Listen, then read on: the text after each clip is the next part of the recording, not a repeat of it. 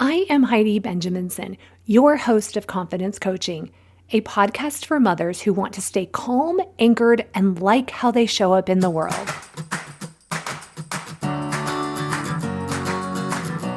Life isn't a spectator sport.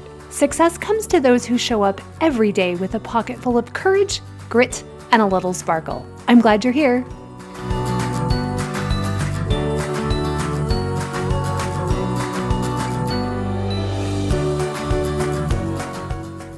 Hello. Welcome to episode 180. I hope you are enjoying your spring wherever you are. Many of my long-term listeners know that we moved down south a couple years ago, and I just love the spring here. Oh my gosh, it smells so amazing, and we're kind of past the really bad pollen time, or at least what I can tell, and it is just glorious. I actually love the heat, and I don't mind the humidity. I know that makes me a little bit crazy. We are continuing for just a couple more weeks the Best Of series, where I am replaying the most popularly downloaded episodes. And today is episode 180, How to Feel More Joy. This actually comes from a presentation that I did to a women's conference. And I just think, y'all, every day, if we can feel a little bit more joy, of course, combined with the negativity that just comes with being a human, but if we can increase the amount of joy that we are capable of feeling, we are going to be able to spread so much goodness into the world. Our children are going to naturally be attracted to being around us because they are going to see that we are happier. Again, we don't have to pretend that we're happy all of the time, but when joy is accessible, we want to know how to feel it. I feel like last year, 2023, was a year where I was expanding how much joy I could feel. There was great sadness in that year as well, but I had so many opportunities where my joy was just greater than I had ever felt at other times because of things going on and because of how I was experiencing those things. And I know it's because I have worked so hard to really intentionally know how to feel joy, to know when there's a time for me to feel this great goodness. I don't want that to feel uncomfortable in my body. I want to get really good at feeling joy. So I hope you enjoy this episode. Make sure you are subscribed to this podcast, and in a couple weeks, we will have new episodes. So enjoy. In today's episode, I want to share with you a portion of a presentation I gave this past weekend at a regional women's conference sponsored by my church and open to all women here in New England. I know they had over 600 women signed up to attend, and the organizers had been working on this for over a year. It was probably one of the best organized and managed events I have ever been a part of. And it made me so honored that I had been asked to speak for a breakout session there. Now, my presentation was about 40 minutes long, but don't worry, this podcast won't be that. I taught a lot about emotions and things that I've gone over in earlier podcasts. And when I was first given the topic of my session many months ago, they gave me a simple working topic of just joy in the journey. And the ultimate title of the workshop ended up being a bit more sophisticated than that, but it really boiled down to these two things. How can we increase the joy and happiness in our life, knowing full well that life is not meant to be 100% joy? And we all know the purpose of life is to experience the full spectrum and range of emotions. A life without the highs and lows isn't going to bring us the growth and richness we have the potential to experience. What happens is we can easily be tricked into thinking that life should be all happiness with so much pleasure that's available instantly in our modern world. So we've all become a little unsure how to handle disappointment or sadness or grief or failure or fear when we do feel it in our lives. So I'm going to share with you here what I call the 5 joy thieves and the 5 joy maximizers, which honestly sounds a little bit like a woman's undergarment, but whatever, we're going to go with it. I bet you'll be able to identify at least one way that you're creating more negativity for yourself or something you can do to invite more joy into your life. And before I start, I do want to say that many of these topics are ones that I'm going to do an entire podcast on. So here, I'm just going to touch on them maybe on a higher level. And I promise I have a lot more to say on several of these topics. So first, I call these two joy thief partners, worry and comparison. These two are these partners, the first thieves. Worry pretends to be necessary. Worry wants to be needed, but it isn't. And worry robs us of peace that we can feel today. And honestly, worry has no purpose. It's an indulgent emotion. And worry is really us ruminating over people and things that we have no control over. And I have to tell you, worry doesn't equal love. A lot of times I talk with people who really feel like if they can worry about things or people, it shows that they love them. And that just isn't the case. I caught myself 100% in worry yesterday. I saw it and I told myself, I am making up these worries. Stop it. And then I moved into curiosity. So the key is catching yourself when you're worrying and then just redirecting your brain to something that's useful. Comparison, another joy thief. The fastest way to make yourself feel bad is to start comparing yourself to someone. You're only going to find where you don't measure up. Now, our lives are like different trip itineraries with so many different stops. And we need to honor and trust that our journey is going to teach us what we need to learn and be nice travel companions with others on their journey. And we're all at different stops here in our earthly journey, but we only see each other one stop in one chapter of their lives, and we don't know the total journey or itinerary perspective. So we need to be exactly where we are and just own where we are. And we have no idea where other people have been in their stops, their chapters in their lives. We don't know the baggage that they have with them. And we need to be aware that other people aren't showing us their entire trip itinerary when we meet them. In fact, most of us are dealing with trials that we don't advertise on social media. And we need to never make anything about someone else mean anything about us. Comparing brings out our weaknesses, and joy is found in being proud of the good we've been able to create in our lives, not looking for all of our weaknesses and challenges. So we need to be exactly where we are. Now, when we allow this, we can then be happy for other people. This to me is a true sign of a true friend to me. And we increase our capacity for joy when we can feel and express goodness for others. So those two were, I call them the joy thief partners, worry and comparison. The second joy thief is foreboding joy. Now, Dr. Brené Brown, a super amazing academic who has studied vulnerability and shame for 2 decades, says that joy is the most terrifying emotion. Imagine that, terrifying. Why is that? Because feeling joy or any intense positive emotion opens us up for great vulnerability to feel negative emotion. This good thing could be taken away from me. So we soften the positive of the joy and we start dress rehearsing tragedy or waiting for the other shoe to drop. Now, I caught myself doing this. Several years ago, my husband was given a fairly sudden and big promotion to run a new division of his company. And it took us by surprise. And I'll tell you, and I've never told him this until he heard me giving this presentation, I literally could not be happy for like 2 weeks. The only thing I could think about at this time, like nonstop for 2 weeks, was like how much more vulnerable he was with all this responsibility. He maybe had less job security. What if the company didn't go well? Now that more good had been offered to him, more could be taken away from us. I was making things up that totally were not true. Now, this is foreboding joy.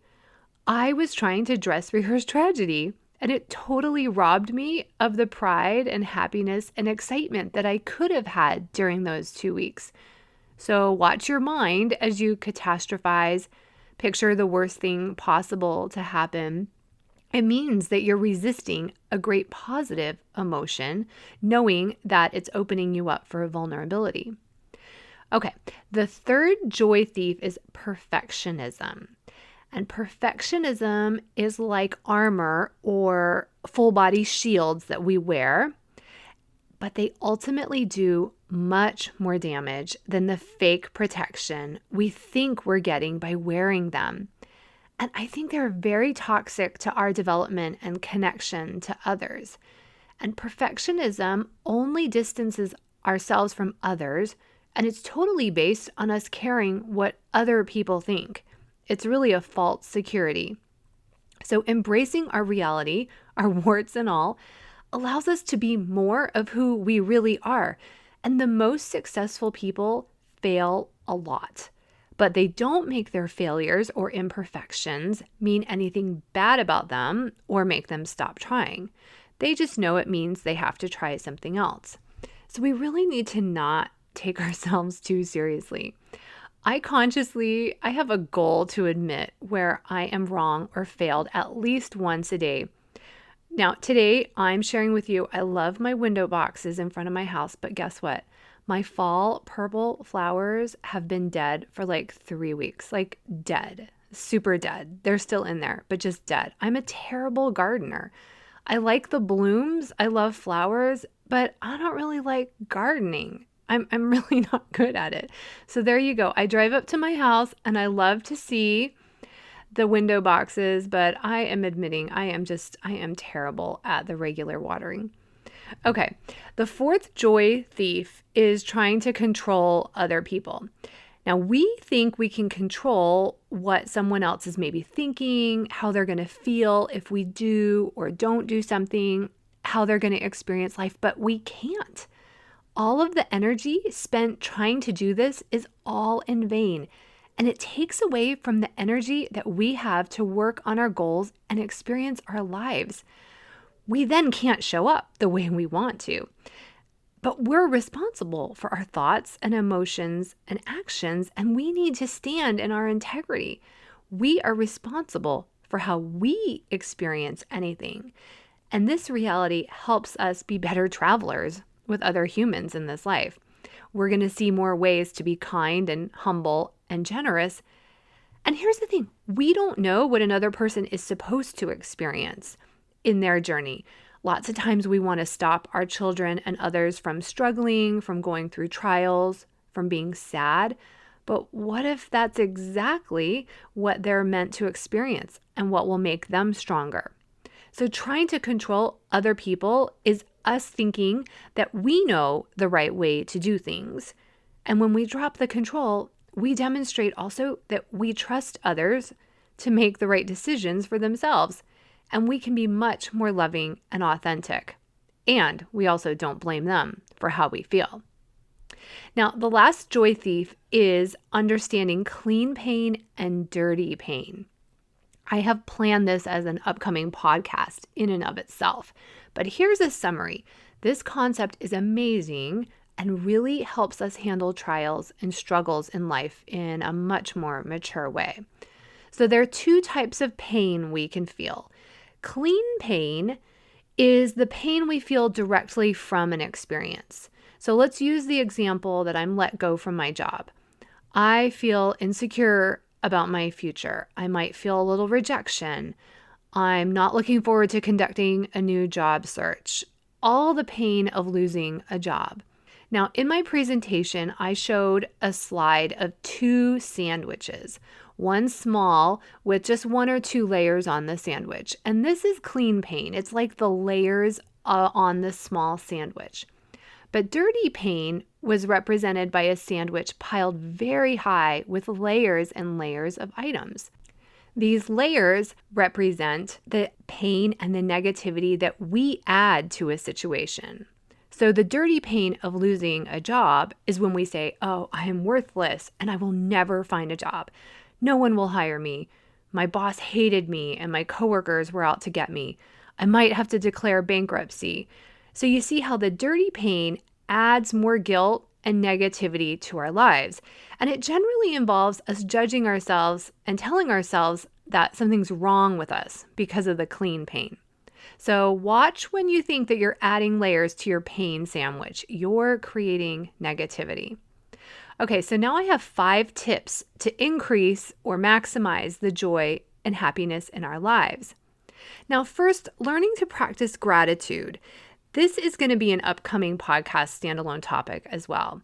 But back to quoting the amazing Dr. Brené Brown. In all of her interviews over 20 years, the people who she interviewed that experienced the most joy were people who actively practiced gratitude. So not an attitude of gratitude. They practiced it. They have daily practices that focus their minds and thoughts to see how much they have. It could be writing in a gratitude journal. It could be going around the dinner table saying what we're grateful for. My family has been doing that, especially this week, and I want them to show gratitude for the big and the small. The other day, I said I was grateful for our panini maker. Like, how crazy cool is that kitchen tool? Our trip to France turned us all onto paninis. And that night I was messaging my husband who's out of the country, and I asked him, hey, what are you thankful for? We're going to share it right now at the dinner table. And of course, his response was, well, I'm thankful for all of you. So be grateful for the small daily things like your panini makers, but then the much more important relationships and blessings.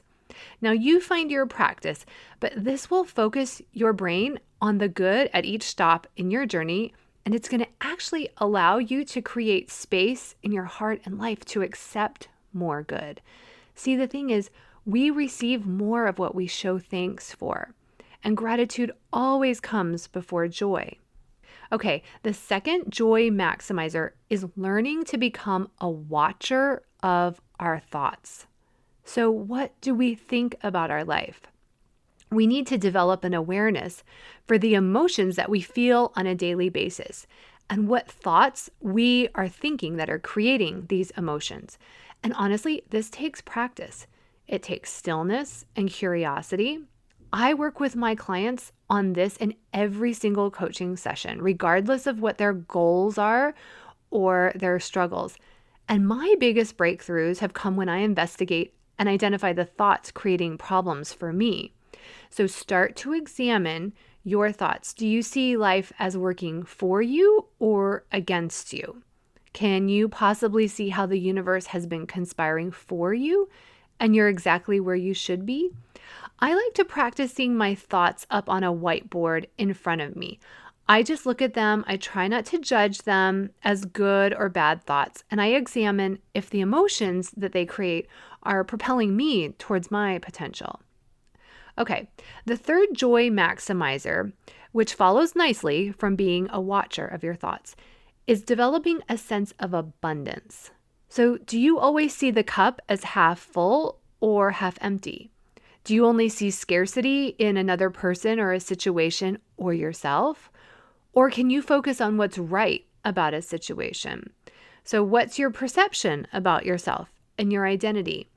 It's very important to develop a routine practice of acknowledging all of our gifts and talents and give thanks for these. Acknowledge these daily blessings and the lessons that they've helped us learn. And prior to starting my presentation this weekend, I handed out pieces of paper with a couple intro activities. And on it, I asked people to think of 10 things that they want and already have. So I challenge you to do this practice every year. It's really good around the holidays, but if you can do it even more often, it's even better. And I challenge you to list at least 25 things, people, relationships, jobs, experiences, so on. Identify these things that maybe 5 years ago you didn't have and you wanted, and now you do, and you still want. This will honestly radically change your emotions and your wants and the way you see your life. It allows very easy access to humility and gratitude. My list includes wanting a comfortable house with air conditioning and a finished basement and many other things. I want them and I have them. I want a beautiful purse and I have it. I want a husband and children and I have them. I want a car big enough to haul around as many people as we need to, and I have it. I want a refrigerator with a drawer just for my Diet Cokes, and I have it. Do you see how it goes? I bet you can easily fill your paper with 25 things. And I ask my kids to do this around Christmas and their birthdays because I want them to acknowledge their abundance before they ask for something. This really fills our hearts with gratitude and abundance. Okay, the fourth joy maximizer is to truly understand that there is never better than here. Did you get that? There is never better than here. Enjoy today. Don't put off being happy. Don't think that a future anything is going to make you happier than you could be today if you want to. So remember, future accomplishments and successes and destinations will come with their own set of positive and negative emotions, just different. And the old adage goes that the grass isn't greener on the other side, and that's totally true. So enjoy your lawn, or in my case, I'm enjoying my dead window box flowers. But you know what? I am so grateful for those window boxes. Okay, the final joy maximizer is to release expectations of what we think life is supposed to be like. We need to be open to experiencing life exactly where we are. Set goals, work toward them, but be open to suddenly being at a different destination than you would have picked. Honestly, fighting with reality is a losing battle 100% of the time. Imagine getting off a train in Miami and arguing for a week with someone that it's Chicago. There's just no point. So accepting you're in Miami allows you to start exploring the city a lot sooner. All right, so there you have it, several tips and tools to practice to increase joy. I think often our joy is diminished when we tense up around the twists and turns of life. And honestly, I'm a world-class recovering tenser-upper. What if instead of tensing up, we leaned into the twists and turns? I shared with my group that at the Six Flags New England amusement park here in Massachusetts, we have a great ride called Superman. It was rated the best roller coaster in the world by roller coaster experts. Now, it isn't the highest or the fastest roller coaster, but the combination of the climbs and the falls and the turns and the scenery over a river have caused these experts to rate it the best roller coaster. And this past summer, my daughter waited outside Six Flags for it to open. And when it did, she and her friend raced to the back of the park, and they were the first ones to ride Superman that day. What if we approach life the same way and we decide we're in it for the whole ride? The ups and downs, we're open to screaming and holding our hands up the whole way. We want to embrace our fears, and we're open to finding the hilarious in our mistakes. These roller coaster days allow us to more fully relax and appreciate the days when we're sitting on the beach and reading. We can't have one without the other, so let's just enjoy them both. I'm looking for 5 people to go through a 2020 confidence course, to do it now in 2019, just in time to create a calm holiday and kick off the year with increased confidence.